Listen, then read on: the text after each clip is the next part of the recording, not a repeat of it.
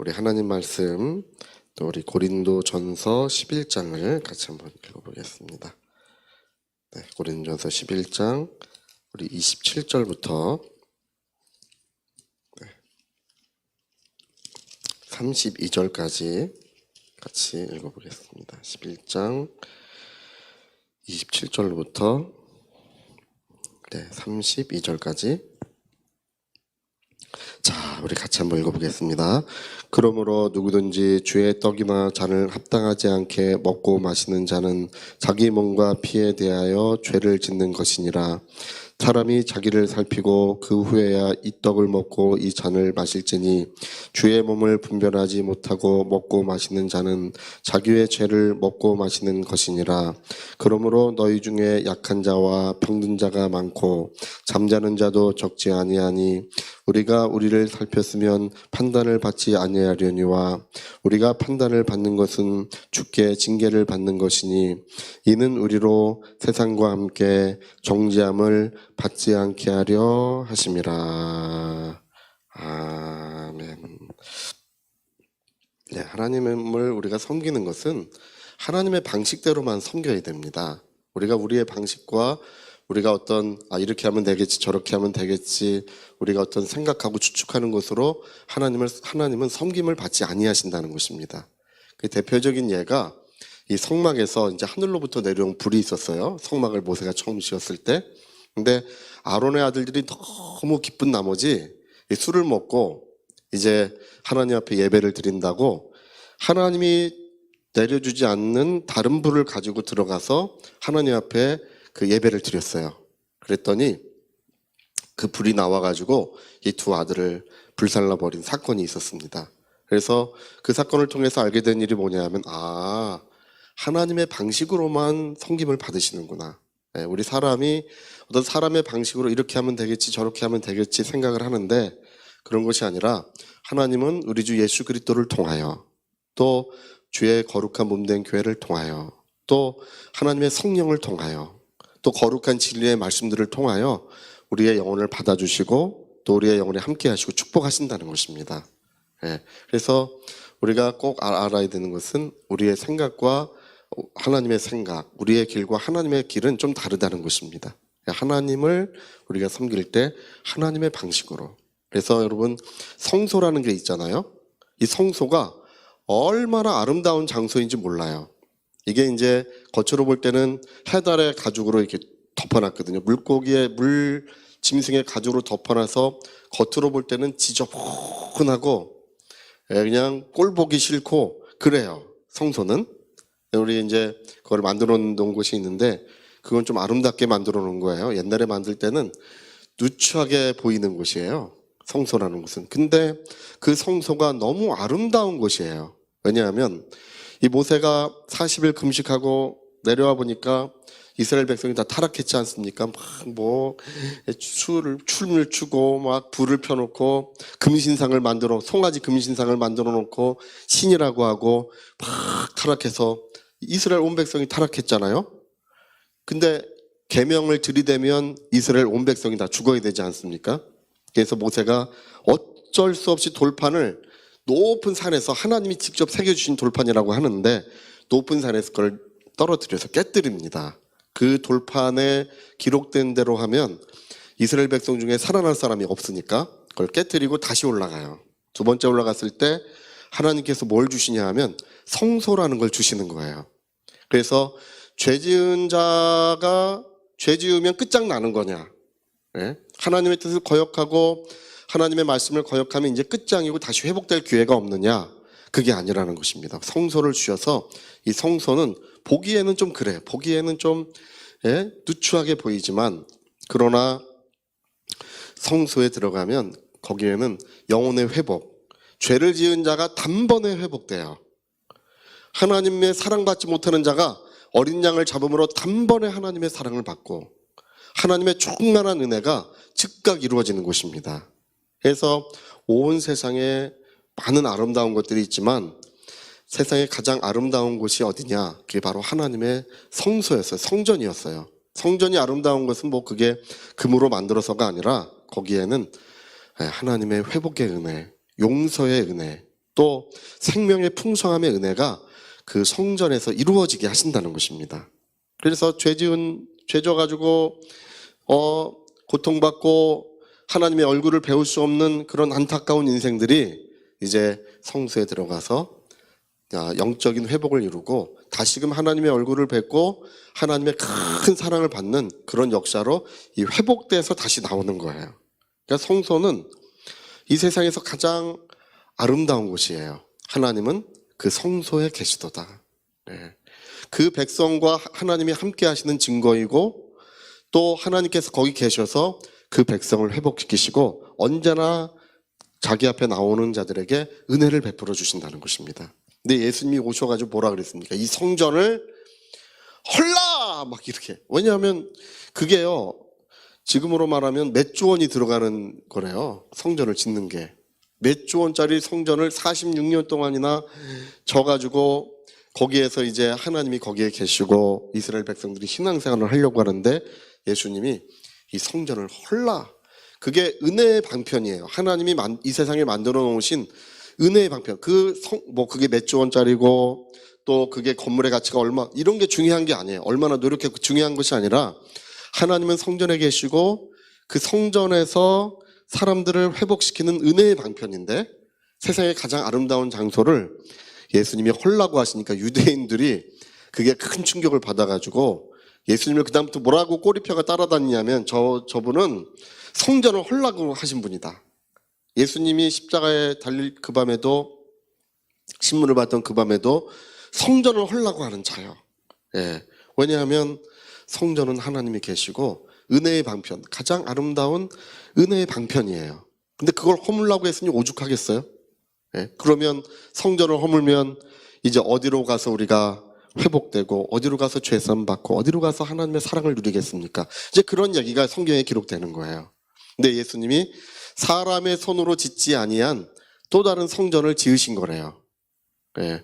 그래서 우리 자신들이, 성령에 거하시는 우리 자신들이 하나님의 성전이래요. 할렐루야. 세상에서 가장 아름다운 곳이 어디냐면 성전이에요.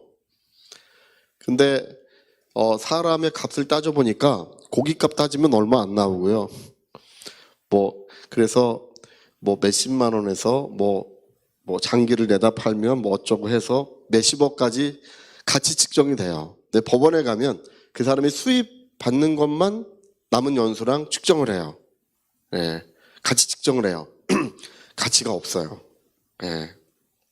생명의 가치가 생각보다 세상에서 별로 인정 안 해줘요. 근데 우리 믿는 사람들은 가장 아름다운 하나님의 성전입니다. 하나님이 우리 안에 이제 영원토록 계셔서 용서하시고 회복시키시고 은혜를 베푸시는 역사를 날마다 때마다 일마다 베풀어 주신다는 것입니다. 저는 제 영혼이 하나님의 성전이라는 게 그렇게 감사해요.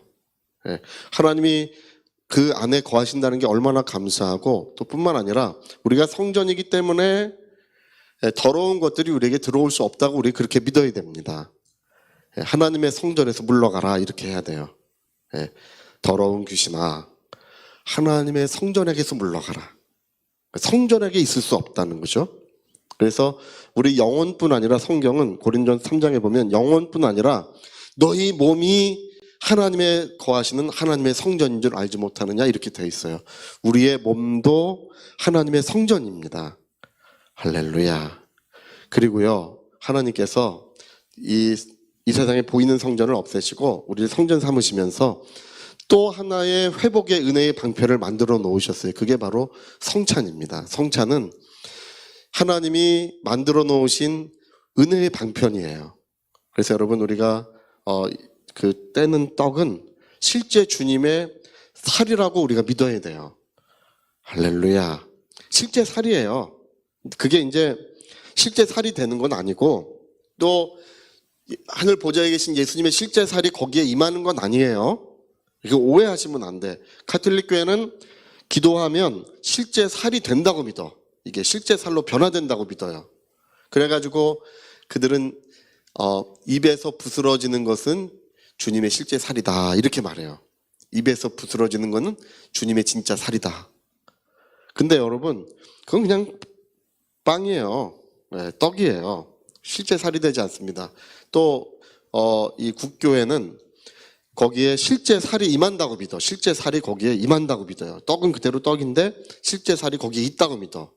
근데 실제 살이 있는 것이 아니라 여러분, 우리가 믿음으로써 성령에 의하여 영적으로 예수님의 살인 것입니다.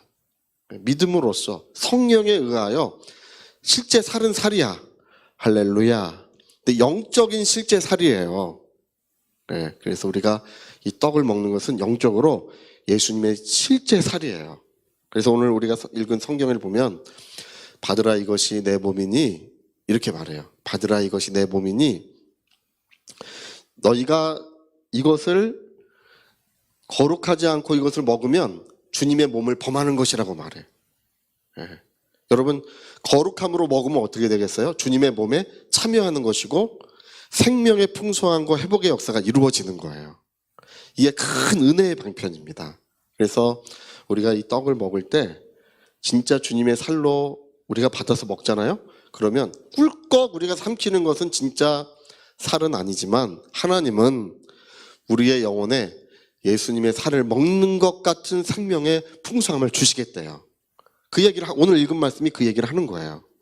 네, 꿀꺽 마시는 포도주, 우리 성찬용 포도주가 몇 병 있어요. 있는데 오래돼 가지고 이제 이 알코올이 있을 것 같아. 여러분, 성찬용 포도주의 알코올은 술이 아니에요. 할렐루야. 어떤 분은 그 술이라고 하는 분이 있어. 네, 그 술이 아니고 그냥 주님의 피야. 할렐루야. 그 술 아니에요. 주님의 피야. 네? 술이라고 하는 분이 있어. 술이라고 하는 분은 믿음이 없는 거야. 믿음이 없으니까 술로 보이는 거예요. 네? 그거는 주님의 피예요. 그래서 그 피를 마시면 실제로 예수님의 피를 영적으로 마시는 것 같은 효력과 능력이 나타난다는 것을 그걸 쓰고 있는 게 11장의 말씀이에요. 그러니까 여러분, 우리가 이 성소가 은혜의 방편이었듯이 이제 이 성찬은 하나님의 더 큰, 더 놀라운, 더 사랑이 충만하신 그런 은혜의 방편으로 우리에게 주어져 있는 것입니다. 그래서 우리는 성찬을 할 때 맨 끝에 시간에 하지 않고 중간 시간에 할 거예요. 중간 시간에. 예배의 중심이 성찬이 되는 거예요. 피를 마시고 살을 먹고 피를 마시는 예배의 중심이 되는 것입니다. 그래서 그 은혜의 시간에 놀라운 하나님의 역사들이 있을 줄로 믿습니다. 진짜 주님의 어떤 분은 이래, 오늘은 치즈떡이네. 맛있다. 치즈떡 맛있다. 이걸 치즈떡으로 보는 거는 믿음이 없는 거예요. 주님의 살이에요. 예. 어떤 교회는 이제 무교병으로 해요. 무교병. 빼짝 말른. 원래 그 6월절 그 떡은 무교병이거든요. 누룩을 넣지 않고 부풀리지 않은 무교병인데 언약 소금만 넣도록 돼 있어요. 소금만 들어가게 돼 있는데 꼭 그럴 필요 없을 것 같아요. 그건 좀 너무 맛이 없어. 목사님 좀 오늘 믿음이 없어 보이나요? 그건 너무 맛이 없어. 그래서 요즘에는 이제 치즈떡으로 많이 해요. 치즈떡으로 하면 좋은 점이 진짜 살을 먹는 것 같은 느낌도 좀 들어. 치즈 향이 나니까. 근데 여러분, 우리가 믿음으로 이것은 주님의 살이요. 받으라 이것이 여러분, 그 예수님의 심정을 한번 생각을 해보세요. 받으라 이것이 내 살이다. 받으라 이것이 내 피다. 이러시면서 주신 것이고 그것을 받는 자들에게 하나님의 성령이 역사하시는 것입니다. 그래서 우리 이제 성찬의 시간은 바로 그것이 진짜 주님의 피와 살로 영적으로 임재해 있다는 거. 우리 그걸 믿습니다. 영적으로는 믿음에 의하여 성령의 역사에 의하여 진짜 주님의 피와 살이기 때문에 주님의 몸에 참여하는 거. 우리가 그 피를 먹고 그 떡을 먹음으로 실제로 주님의 몸에 참여하는 것입니다. 자, 우리 그거 한 번만 읽어보고 기도했으면 좋겠습니다. 자, 27절 한번 볼까요? 그러므로 누구든지 주의 떡이나 잔을 합당하지 않게 먹고 마시는 자는 주의 몸과 피에 대하여 죄를 짓는 것이니. 합당하지 않게 먹고 마시는 자는 그걸 뭐라 그랬어요? 주의 몸과 피라 그랬어요. 주의 몸과 피를 범하는 죄다. 이렇게 말하고 있어요. 그러니까 실제로 주의 몸과 피라는 얘기예요, 이게. 그리고 29절에 보니까요. 29절 주의 몸을 분별하지 못하고 먹고 마시는 자는 자기의 죄를 먹고 마시는 것이니라. 여기 주의 몸을 먹고 마신다 이런 말을 쓰고 있죠. 그래서 실제로 주의 몸이다. 주의 몸에 참여하는 것이다. 이렇게 기록하고 있는 것입니다. 그래서 여러분 우리가 성찬 예식에 거룩함으로 진실함으로 참여하게 되면 일평생 하나님의 놀라운 은혜가 쏟아져 내려올 줄로 믿습니다. 그런 은혜가 충만하기를 꼭 부탁드리겠습니다. 자, 우리 같이 한번 기도하시겠습니다. 우리 한번 기도하실 때 성찬을 주님의 몸을 범함으로써 약한 자도 많고 병든 자도 많고 또 심지어 죽는 사람도 많이 있었는데 적지 않은데 이런 징계가 있는 것은 우리로 하여금 예수님의 몸을 깨닫게 하기 위함이다. 예수님의 몸을 경건함으로 참여해서 참 생명을 얻게 하시려고 이런 일들이 일어나는 것이라고 합니다. 예수님의 몸을 잘 참여하는 자는 치유가 일어나고 회복이 일어나고 성령의 충만함이 나타나는 것입니다. 우리 위하여 통성으로 기도하시겠습니다.